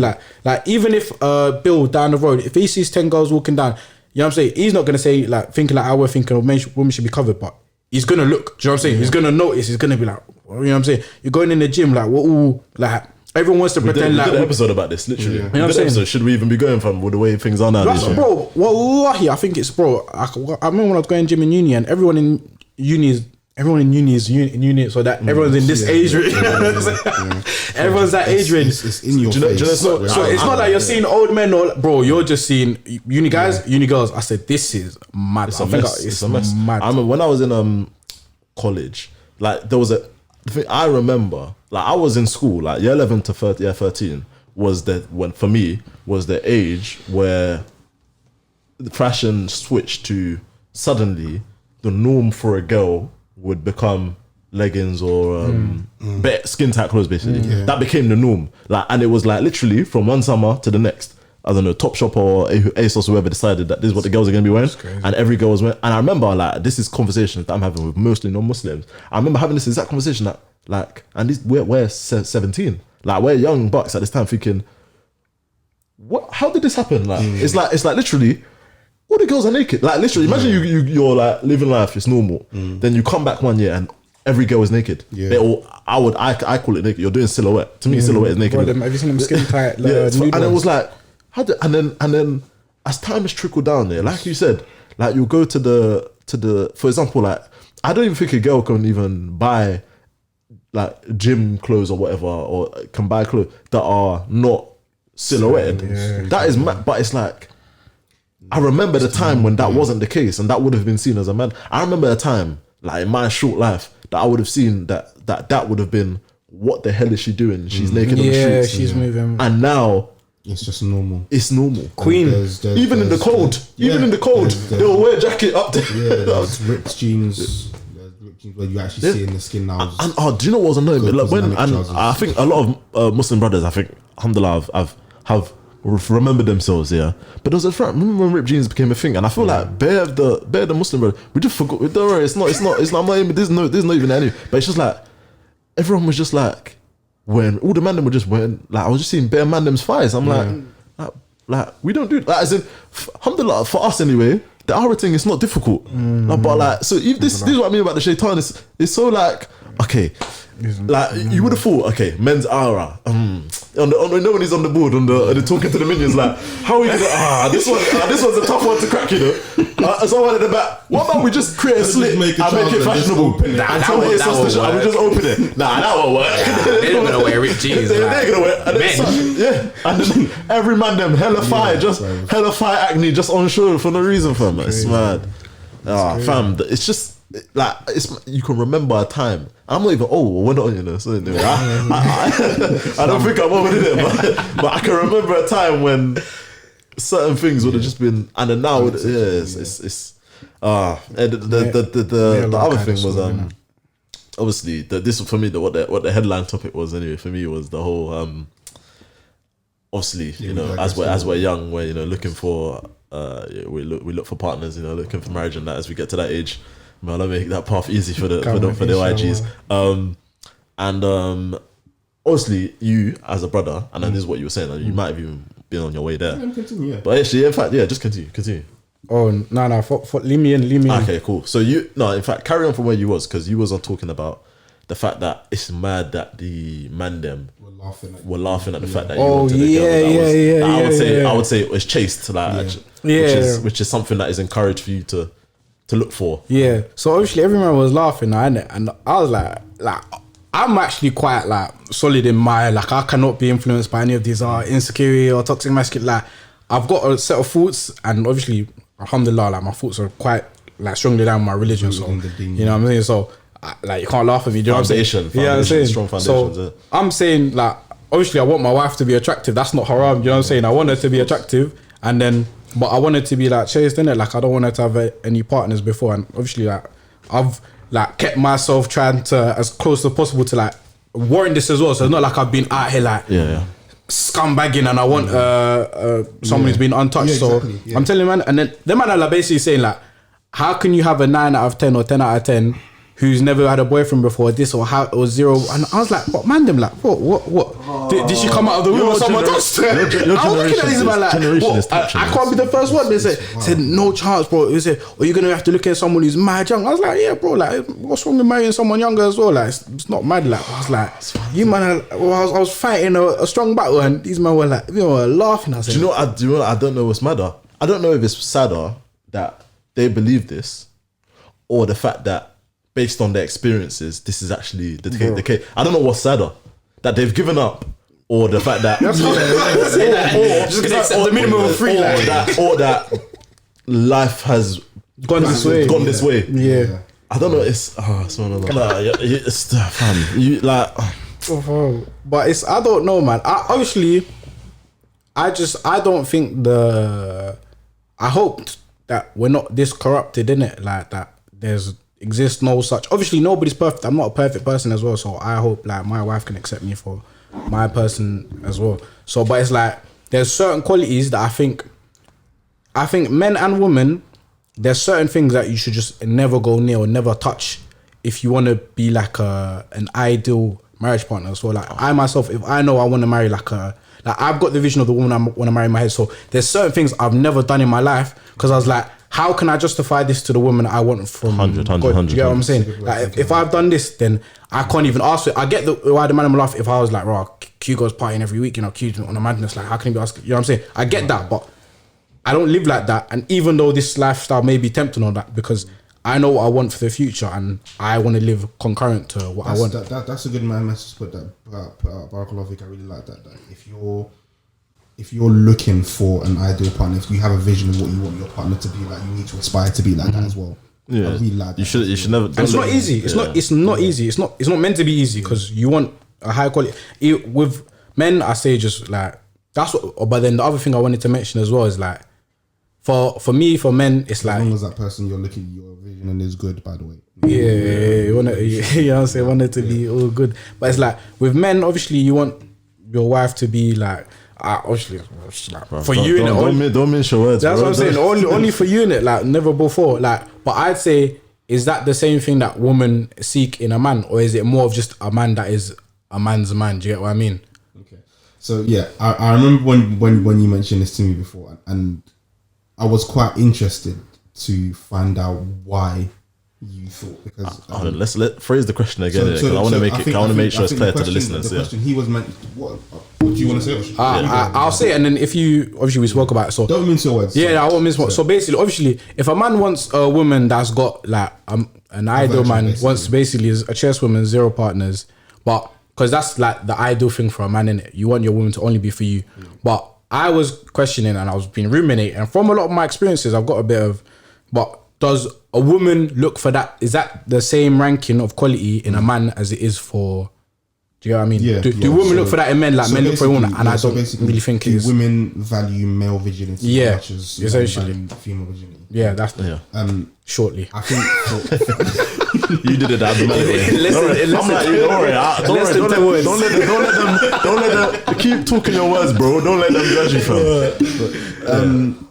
Obviously, it would be very, very interesting to have a female's opinion on this. But since we don't have females' opinions right now, what I wanted to get I more might get into it for this one, like later. Yeah, what I wanted to get more into is what made you think that. What made you think of that question? So basically, obviously, look, as I was saying just earlier, is you want to live quite concurrently to what you want from a woman, innit? Like, so there's two kind of ways to address this. Well, how it runs in my mind, it's like, okay, if I want a woman who's not being with a man, I should abstain from women as much as possible. Like, obviously that's good anyway, indeed you should just abstain as much as possible. But then this might be a bit different, but traditionally, or in the 21st century, like, women find men who other women want more attractive. Do you get what I'm saying? Like, experience is more beneficial for men in like the modern, you know what I'm saying? Okay. And obviously I feel like a more strong trait is being a provider. So if you've got a lot of money, you've got a business, you've done your thing, you're well built, you're this, you know how to. So I was thinking, if you've done all these things, is it the same thing? Like, is it even, I don't know if it's unattractive to women. Do you get what I'm saying? Like, if you think, maybe he doesn't know what he's doing, how can he take care of me? Do you get what I'm trying to think? So I don't have the actual answer because obviously I'm not a woman and I don't go around asking women that. You know what I'm saying? What do you think? Right. Okay. No, fair enough. I think that, okay, so like for what I'd say on that is it's obvious that firstly the male desire to, Allah has made the men protectors and maintainers of the women, so we have the responsibility over the women. So a lot of the time when people think, why are the men watching the women so much? And like, why are they watching our business so much? That's why, because that's because Allah has given us that responsibility over with that. Where do you know what I mean? You're like, I was about to say a mad example. I'll say it. I was about to say, does your dog watch you or do you watch your dog? But they would have come for me. But do you know what I mean? You're in the position of responsibility and authority. So of course you naturally keep an eye on what the other party are doing. So that could be a part of it. It's not a justifiable part of it, but that could be a part of it. But in terms of why men will be concerned about the actions and the doings and the sayings of the women more than they would as a whole over the men, that's you're gonna find that's the big reason. That's a lot of the reason anyway. And it's something, like I said, go back to the fitra, it's a natural thing for a man, innit? And in terms of women, oh Lord, I forgot my train of thought. But in terms of women, oh, go on. What was you saying? Desiring men. Yeah. So I think it's natural to. It's clear that, and this isn't, it's one of those not all women type things, but I think women tending to want, or I think we can safely say women tend to want what other women want in a lot of cases. Yeah, is that fair to say? I'm asking. Do you think that's fair to say? I believe that is human psychology, and not even like just in terms of men, but I think like it's almost like a safety in numbers type thing. Okay. Yeah. And I feel like when it comes to what a woman generally needs from a man, there's gonna be a lot of things that if a woman doesn't get these things from a man, especially traditionally, like back in the day type ways, their life can almost fall apart.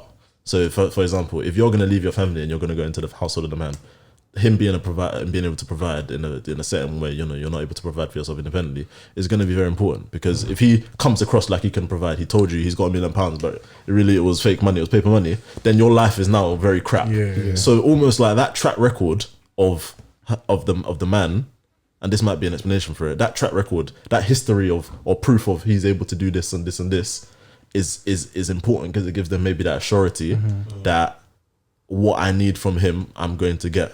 So by the fact that other women have sought him, it almost gives validation to his ability to do the things that he's able to provide. So I think that plays a part in it. I think there's character traits as well. I feel like women tend to be more forgiving and things like that, and men tend to be more, you know, cutthroat in terms of what their standards are. But here's where I feel like the issue comes, because I feel like that's where, if you're looking at, is it the man's fault that, you know, women don't care? Is it that the women have just been so bad that there's no virgins for them, so they're just giving up on looking for chaste men, or is it that they just lower their standards and they shouldn't? This is where I'd say that the women could maybe have a hand in it.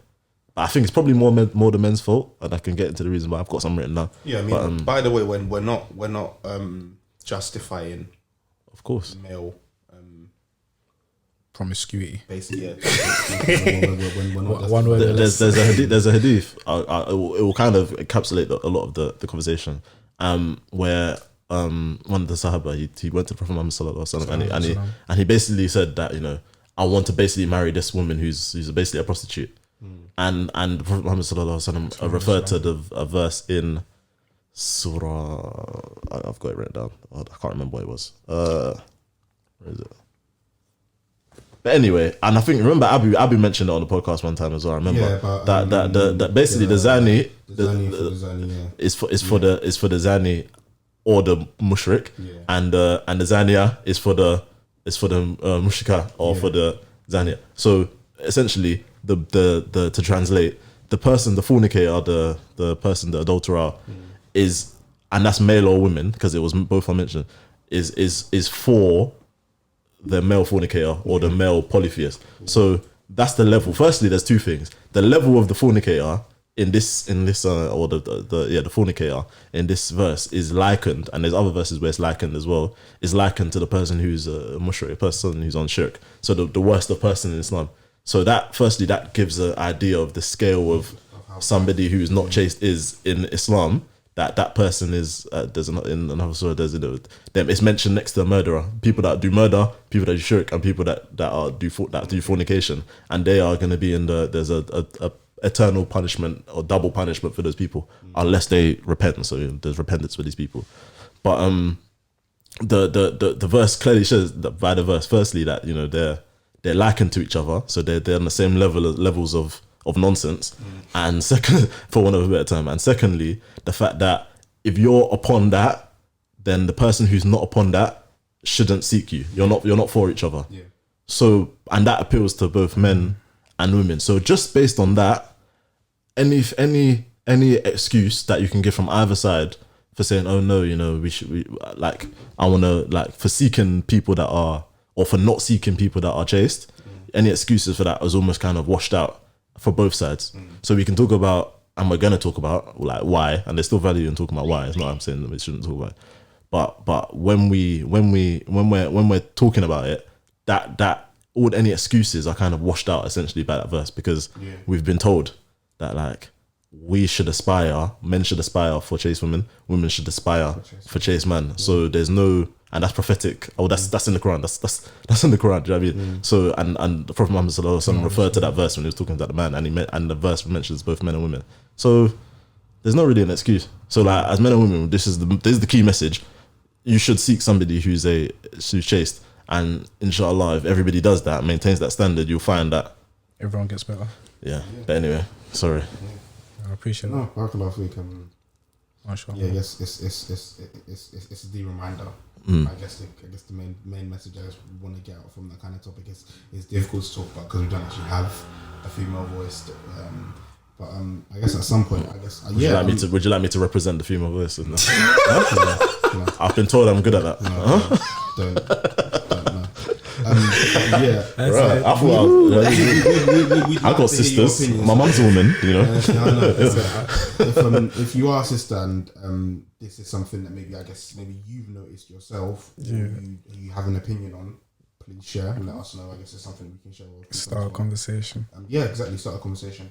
We're going to be sliding into bites from here and then wrapping. I think to be fair, I think there's more on that. You know, that I feel like there's more on that. Because like, I'm here for knowledge as well. Because like, first, okay, why do you have a theory? Obviously, you asked the question. Do you have a theory or thoughts on why? If I was gonna say it bluntly, okay. One could be a chaste man. Okay, let's just take man one, 0 body count, very dedicated to deen, been on it his whole life, let's say he's age, let's say it doesn't matter. Let's say even he's 20, yeah. But then there's a man, let's say he's 30, he went through his life, let's say 20 to 30, he had his fun, he messed about, he stopped now, he stopped at 30, but he's been very successful, he's got a lot of money, got a lot of cars, he wants for nothing, he can take care of himself, he can take care of a woman. He's had, let's say he's had 100 women, but he's ready to settle down. That was his past. Which one is more desirable to women? Depends on the woman that you're looking at. Make them the same age firstly. So let's say they're both 30. Yeah. Okay. Which one's more desirable to a woman? Yeah. The thing is, Why did you say make them the same age though? Huh? Why did you say make them the same It age? just removes other things. What, that the would age? distract Okay, from, fair enough. I would say. What? Sorry, was Okay, the so rich the- man? so Was the then- rich man on Dean at all? Sorry. He's trying to be on Dean now. trying to He be on Dean aspires now. to. He's done his thing. He's always wanted to be on Dean. He misslipped because I know people that have left the Dean. They've come back. I would say for the masses of women, for the majority of Muslim women, and this is purely a guess. This is not. But for the majority of Muslim women, I would guess that in terms of who's gonna catch the eye and gonna be more, who they're more likely to just for the majority of Muslim women, not the best of Muslim women, but the majority of Muslim women is gonna be the rich guy.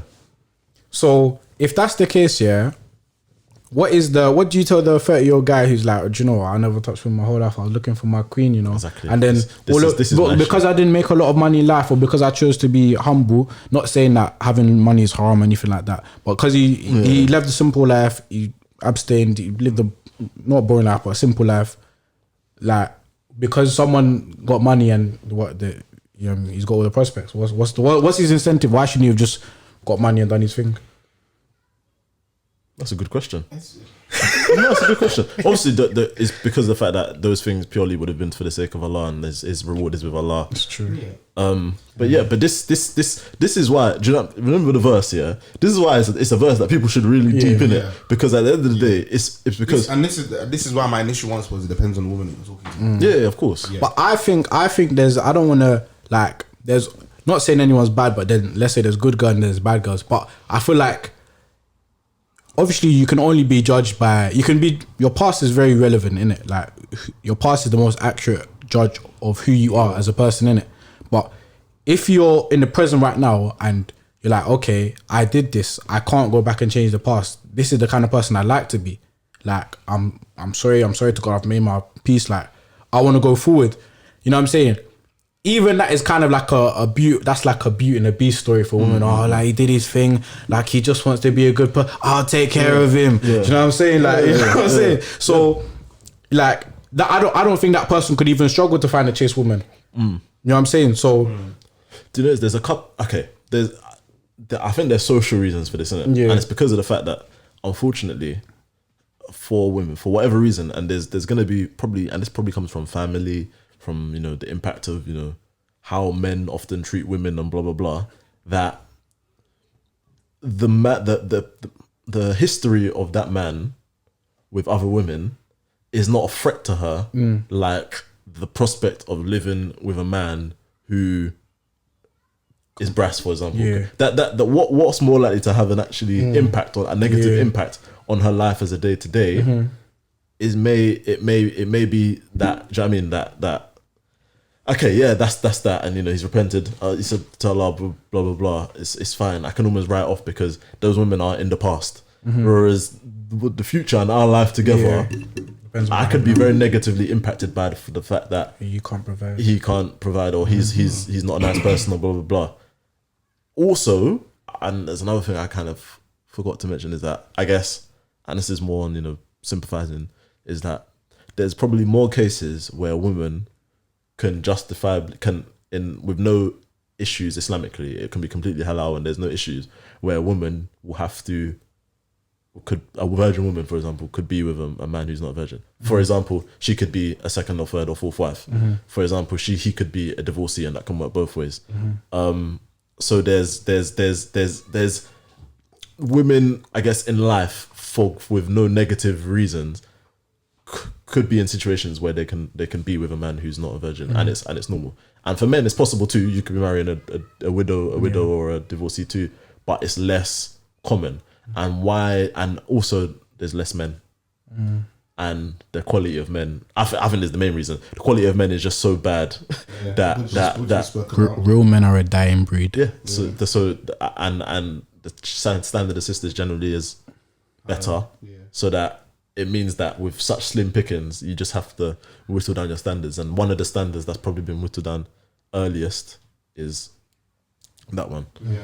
If women had more solidarity in that specific trait, the nature of men, I believe, is that men, the way, especially these modern men, that if women as a whole say jump, that the men as a whole say how high. So if women as a whole said, you know what, unless you're a virgin, don't go and talk to me.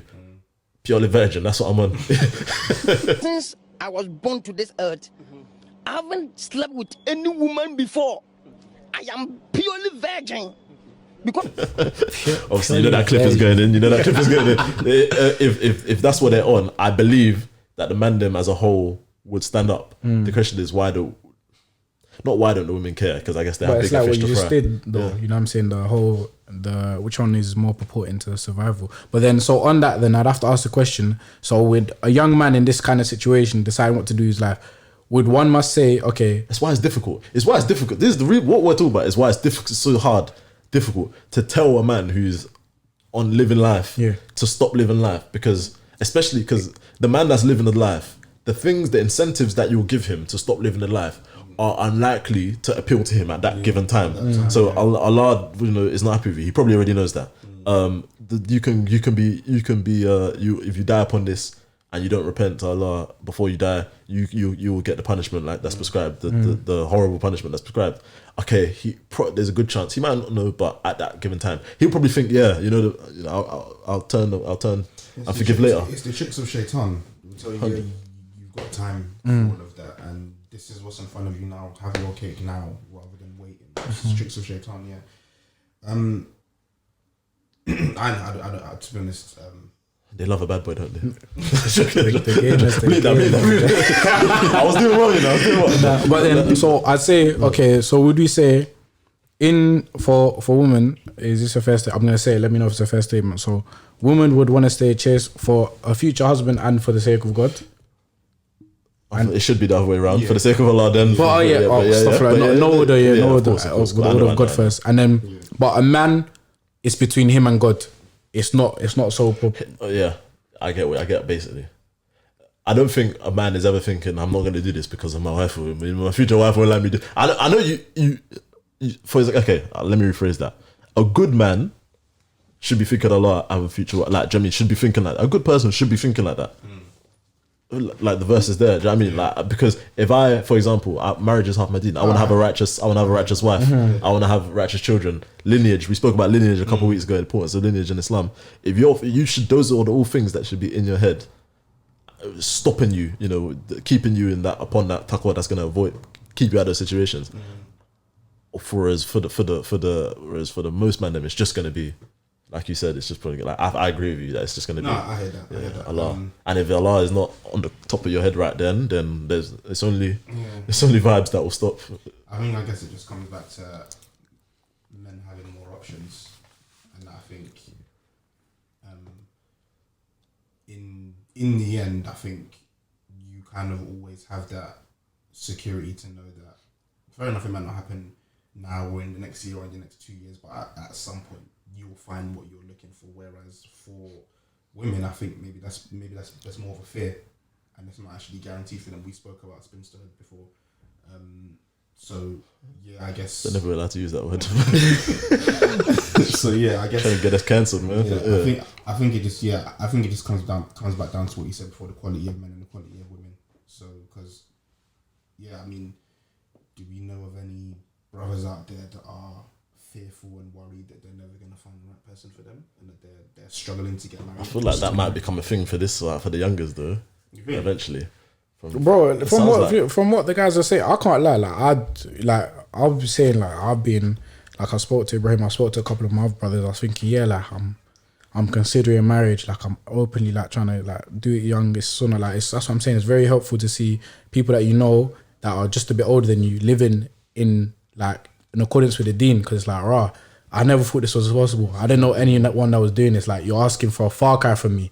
Okay, but then I know someone that's doing it. It's like, okay, cool, then I can do it too. Do you know what I'm saying? Like it's not wild, but it's like it's not easy. Do you know what I'm saying? Like it's not okay. Yeah, she's gonna knock on my door like I'm here. So who knows? But actually, inshallah, like timing is everything, and God's timing is the best. So I think remember we spoke about this before, and I think one of the things I was kind of honing in on was just your proximity to those kind of people. I just think everyone's worldview is completely different.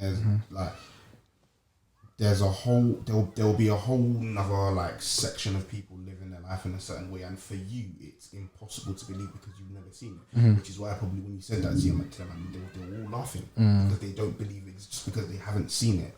And for us, whereas if you said that to us in like a normal conversation, no one's gonna laugh at that. It's just normal because we have proximity to those types of people. So I guess just as you grow up and you experience more, you meet and you see different people, your worldview will always shift depending on the kind of proximity you have to certain types of people. So I guess it's just I guess the kind of general advice, I think we mentioned this before as well when we were talking about making friends who are on the right path and trying to strive to do better. It's just about its proximity to those people, man. It's just about, if you know those people exist, you need to try our best to move close to those types of people, surround yourself with those people. Like we've said several times before, if you find that you're the best out of your group of friends, like for example, like you're the most practicing, you wanna find another. I'm not saying you have to leave that circle of friends, but you want to have another circle of friends, and you want to surround yourself with people that are better than you. Yeah. So walks of life as well. Yeah. And just quickly, in terms of something a bit constructive, or another thing that's a bit constructive, I'd say is for this topic, I'd say one of the biggest contributors to the lowering of standards, and I think we've mentioned it countless times, is the baiting out of sins, or what makes a sin become normal, or what contributes to the normalization of that sin is the disposing it. So if man them are out here freely talking, and this is why we need to stop romanticizing was doing bad now doing good. That needs to stop being propagated as the best example of things to show people, because it makes any sin just become normal, and I think that just is the done thing. So now men doing zina is just a normal thing, and if something's normal, how can you expect the poor women to think that they can aspire to anything above the done thing? So it will just, of course, you're going to remove it from your standard, because if it's just men have sex all the time and then they change and then become good and get married to virgins, if that is just the norm, then boy, what can't progress. It's not going to be natural for a woman to just say no, I'm going to rise above it. For a lot of women anyway. So that's the biggest thing. So man, people need to stop. And you even want to set an example for your kids, innit? Even if it's not like a societal thing, you want to be like, you don't want to, like, you can, I think this is what all our parents do. They try to tell us to do better, but like leading by example is always better than leading by your words. Like it's telling your kids do this, but you never did it, or don't touch this, but you touched it 1,000 times. It's, you know what I'm saying? It's always better to lead by example. And we know what Allah says about it. So. May Allah forgive us. Yeah. I mean, Ibs. What? Yeah. Yeah. You man got Jollof? No. Boy. It's a Jollof. Don't let that go over your heads, man. Don't let that go over your heads. Everyone thinks they're the first one, you know? Everyone thinks they're the first one to make that drink. Oh, I was gassed. Man had it written on your hand, like, don't forget. Yeah, I just wanted to touch on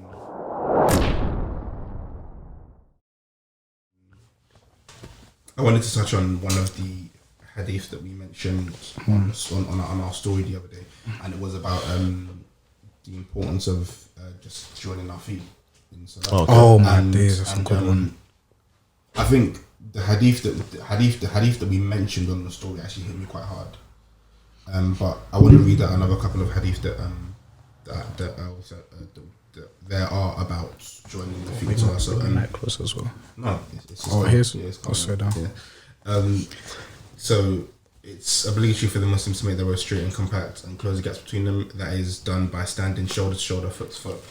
So it was narrated by Abdullah ibn Amr that the Messenger of Allah sallallahu alaihi wasallam said, "Make your row straight and stand shoulder to shoulder and close the gaps, and do not resist your brother's hands. Do not leave any gaps for the shaitan. Whoever completes a row, Allah will reward him, and whoever breaks a row, Allah will forsake him." Abu Dawud said, what is meant by "do not resist your brother's hand" is that if a man should be easygoing and he pushes the brother forward or backward to make the row straight. So if he basically moves you to basically make the row straight, like, don't resist, resist, be easygoing, don't resist him. The Messenger of Allah sallallahu alaihi wasallam said, he turned to face people and said, "Straighten your rows 3 times. For by Allah, either you straighten your rows, or Allah will create division amongst your hearts."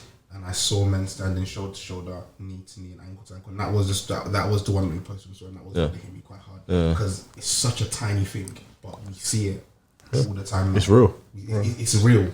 So again, straighten your rows for by Allah, either you straighten your rows or Allah will create division amongst your hearts. And how many masses do we walk into nowadays and rows aren't complete and rows aren't straight, and there's gaps in between the rows, and look at the state of the ummah. And you'll see cultural differences between people that are transmitted even through this. And it's mad. It's just wild. It's just such a small thing that if we as an ummah were to change it and to straighten our rows, stand shoulder to shoulder, stand knee to knee, stand ankle to ankle, how much different our hearts would be. So that hit me quite hard because it's crazy. Such a small thing as just to straighten up your rows and close them up would make a massive impact on the ummah. Can I add one thing onto that? Yeah. Unfortunately, I'll probably put it on the screen, inshallah, because I don't know the hadith. I know I have it with me, okay, on there.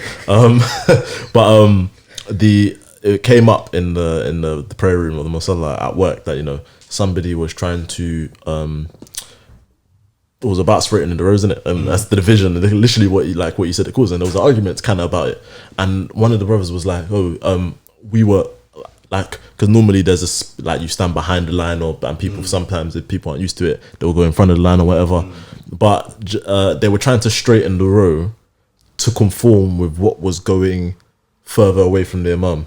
And what is the most correct in fiqh is, if you want the row should be filled from as close to the imam as possible and outwards. That's what I'm getting. You're going there. I think that's but I'll continue. Oh yeah, because it should be filled from the center, from the imam, going outwards. So if there's more people, if it's kind of slanted to the right, and you walk in, don't go and join from the right, join to the left to keep it central.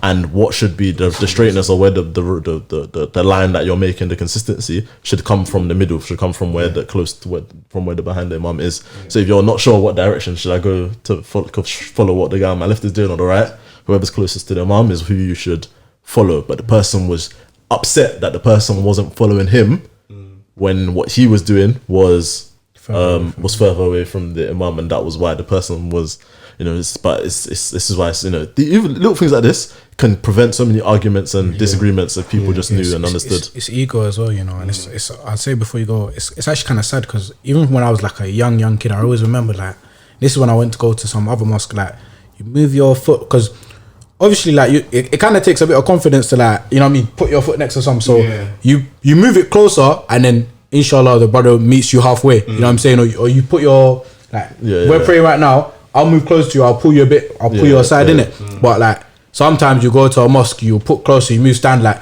I can't stretch my legs wide, so I'll put it closer to you, but they're not really there, and it's like, we should be touching feet, like, we're brothers, we're praying, Salah, it's mad. I don't know. The only thing I link it back to is it has to be upbringing. It has to be, because in our masjid it was normal. It was taught. Well, they used to shout it. Close the rows. You close the gaps. Don't let shaitan fill the spaces. Exactly. That was normal, and that was from childhood. But in other masjids, it's completely different. I don't know if there's to me, I just think it has to be that you guys weren't drilled in this growing up. I don't know. I don't know if there's other. Don't want to say prominent opinions, but from what I know, what the ijma is on these things is what we've said. And it maybe that's the reason. That's why I said maybe cultural things. But I don't know. I don't know. I'll let you wrap up. So this is what you were saying. So should a man look to his right or to his left so that he can make the row straight? The sunnah is for the imam to stand in the front, in line with in the middle of the row. Then the row should start from behind the imam, not from the right hand side of the masjid or the left, as some people do. Rather, they should start from behind the imam. Then the row should be completed to both the right and the left, so as to follow the sunnah of having the imam in the middle. So, for example, if you walk into the masjid and there's already a row, and maybe the imam is in the middle, and like Abdul Malik said, if there's 5 people on the left and there's 3 people on the right, don't join the left side. Try and balance it out. So join the right to keep to the sunnah of keeping the imam in the middle. Okay, I understand. Sorry. Okay. So based on this, then whoever is in the right half of the row should look to his left and align himself with whoever is on his left, and whoever is in the left half should look to his right and align with whoever is in the right. So always go back to the center. So always go back to the center. And like part of like what you were saying as well with regard to the gaps between the feet, the worshipper should stand in a moderate fashion, neither standing with his feet together nor making them too far apart. Them man there, you know the man that do Ronaldo free kick. Them man, allow me, bro. Because the further apart he makes them, the further his shoulders will be from his neighbour's shoulders, making the row straight and compact. They're passive aggression foot to foot and shoulder to shoulder. Yeah.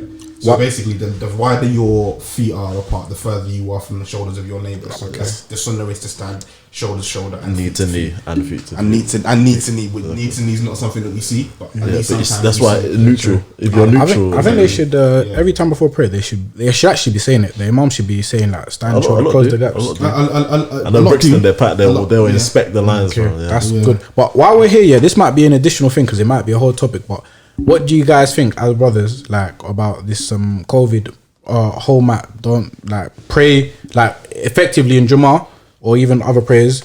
It's like we're playing 100 different prayers because everyone's in their own mat, own this, don't touch. What do you guys think about that? Because when it first started, I'll be honest, it made me upset. I didn't want to go to mosque. Like when they were saying don't touch feet, they were saying don't touch feet, put your own mat. I was like, right, that like I didn't think that was right. This is one of those ones that I'd say I'm not an authority on. And you listen to the scholar. It's in terms of are you going to transmit a disease from touch feet? No.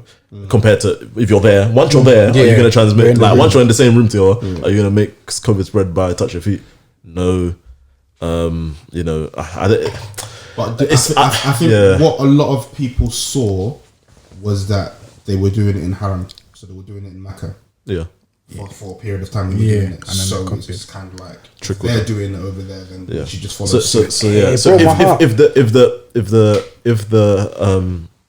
the scholars in tandem with the medical experts available to them have decided it, that is what people should do, then unity, follow the ijma. If that's what the advice is to do, do it. I'd say there's no issue with doing it, and I don't think it's beneficial for people to go into, like, for example, go into and cause fight and argue with it at that given time. Whether there's you can have a conversation about it in private after prayer, with the man, maybe in a sensible way with wisdom. That's one thing. But in terms of if the it's basically refer to just accept what the scholars are saying, because this is, you don't want to cause disunity. Disunity is worse than a temporary period of prayer. Wait, but then I'm not knowledge. Exactly, same. Is that ibadah? Innovation. It's because it's not done for the sake of worship, so it wouldn't be innovation. What do you mean? Because you're not doing it to worship Allah. You're not separating to worship Allah. Like, you're separating with the knowledge that this is for the sake of protection of life, and the Sharia is there literally to preserve the Muslim life. So you're acting within the boundaries. I get what you're saying. It's just a feeling, but my feeling just like I don't like when I saw it, it's like we're not meant to be comfortable with it. It's not, and we're not meant to be. It's not meant to be a good thing. We're not meant to be comfortable with it. I don't know if a lot of masjids are still doing it. Bro, the masjid I go to, bro, bring your own mat, wear a mask. Don't touch feet. Seriously, they're still doing it. Bring your own mat. A lot of the East London ones are. Bro, I went in. If I don't have a mask, don't go upstairs as well. Fair enough, innit? Bring your own mat, put it on your own face, and basically pray your own individual. Not even behind their mum. Not even behind their mum. What do you mean? As in, their mum still leads the prayer. Yeah, the mum still leads the prayer. But like, if we all pray now, we should all bring our own individual mats and put them on our own thing and pray like we're all praying, like, you know, after you pray your sunnah. It's mad because you find, which is, I think, is very odd. In Ramadan, you'll find that the masjids, the masajid that are filled with younger people. Okay, I'll compare. Man Mosque filled with Nigerian uncles and, you know, older people. People were doing the mosque. You know, uncles were going around the mosque telling people, they weren't being that aggy, but mosque people should be praying separate unless they're all like, you know, family or whatever. But if people decided to pray together, that's fine. They won't stop you. Brixton, do you know what I mean? It was like younger, do you know what I mean? More, you know, mandemi, but obviously probably in terms of being, you know, on no bidder and no type of, you know, being fixed upon the sunnah. That's probably, you know, where you're gonna find it, one of the best places, mashallah, you're gonna find it, alhamdulillah. And, you know, adherence to that specific, you know, ruling wasn't as tight, I should say. Yeah. So am I gonna? I don't look at either and say one's better than the other. I just look at this interpretation of the rulings. And if somebody if it's been ruled that, you know, this is an acceptable thing to do, the scholars have said, you know, you can do this for the sake of protecting yourself from the disease, then, and people take that, as long as that advice is there. And I didn't actually know they were doing it in Haram or whatever, but if that is what, you know, sure they were. if that advice is there, I think, yeah, because they were in Massa, yeah, then there's no blame on people for acting upon it, and it's fear in it. I understand that. Enough. Mad. Battery, memory. Don't worry, we'll just go blind. We'll just go blind anyway. Good time, man. It should be plugged in. I think it might be memory. It's perfect time though. It's fine. But I'd say SD and yeah, it's full. Memory card. Yeah, we'll just do it. fine. We'll wrap here. Yeah, we'll wrap it. Cool. Yeah. But I'd say on that quickly, this is extra then anyway. It's just audio. It's fine. It'll just be black screen. It's fine. I understand that, and I agree. And it's but then where's the line? Because not to say it's political, but it's like, okay, if these people say something and then they're telling the Muslims how we should pray and that, and the scholars are like liaising with the medical people, whatever. Where does it? If they start saying, okay, like there should be a whole gap between people. Do you know what I'm saying? I imagine I don't know if I can call it a fatwa or not, but I'm guessing a ruling would have follow the rule of the land as well. Would have come from along the lines of Sunnah, and this being a very, very unique situation. Fair enough. The rules might have changed, and like I said, I think it was just for a period of time. Haram has gone back to normal now, and I think a lot of them, like I said, I haven't been so much in a long time where they're still doing that. So I guess in the Sharia we can't underestimate the importance, because it's the importance of preservation of life. That is so for those people for those scholars, and it's they're when they're thinking of priorities, they're using the Quran and Sunnah to guide them or to make rulings or fatwa based on principles, which is obviously propagation of Islam, but preservation of life is a big thing. Well. So you know, that's why it's one of those things that I just leave. Like, it's not even worth.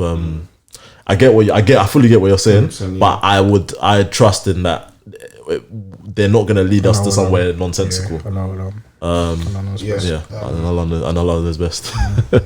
We'll leave it there. Jazakallah khair for coming, man. Alhamdulillah, I think we're gonna have to get you back. I feel like we didn't even get into. Bro, that's what I got topics, man. If you want to have me, I'll come back. Assalamu alaikum. I appreciate it, honestly, man. You guys know the socials. We did that at the beginning, but you know the usual thing: like, comment, subscribe. Bro, I'll say everyone, please, honestly, like, as a small YouTuber as well, comments and likes go a long way. Even if you just say mashallah, say jazakallah, it goes a long way. It shows it to more people. If it was beneficial for you, it will be beneficial for another person, in it. So just that comment, or add it on one of your socials, your story, like, propagate it. It's good deeds, and it's good deeds for everyone. So I say, honestly, like, if you're watching this and you appreciate it, if you got to the end, you must, like, come on. Yeah, that's true. If you're watching now, come on, you can't be that you're shadow hating. Bloody hell. Even when the screen is black, if you're still watching it, even at me that's editing, I'm not even watching this clip. so if you're watching, you're a rider. Man. Assalamu alaikum wa rahmatullahi wa barakatuh.